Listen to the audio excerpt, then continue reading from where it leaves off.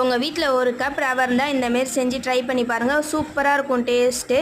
ரவை ஒரு கப்பு, எந்த கப்பில் நீங்கள் ரவை எடுக்கிறீங்களோ அதே கப்பில் 3 கப்பு பால், சர்க்கரை 1½ கப்பு, நெய் 50 கிராம் எடுத்துக்குங்க.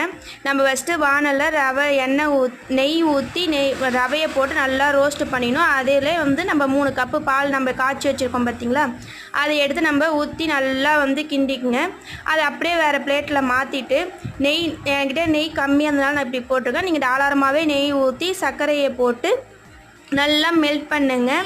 நல்லா மெல்ட் ஆனதுக்கப்புறம் நம்ம செஞ்சு வச்ச இந்த ரவையை எடுத்து நம்ம அதில் கொட்டிடணும். கொட்டி நல்லா இந்தமாரி நீங்கள் விஸ்க வச்சு செஞ்சிங்கனாக்கா உங்களுக்கு கட்டி முட்டல் இல்லாமல் சூப்பராகவே வரும். இது நல்லா நம்ம கிண்டிட்டு அது வேகிற டைமில் நீங்கள் சைடில் டின்னில் நெய் தடவி முந்திரி, திராட்சை, ஏலக்காவும் போட்டு நீங்கள் உங்களுக்கு என்ன பிடிக்குமோ அதை நீங்கள் போட்டு வச்சுக்கோங்க.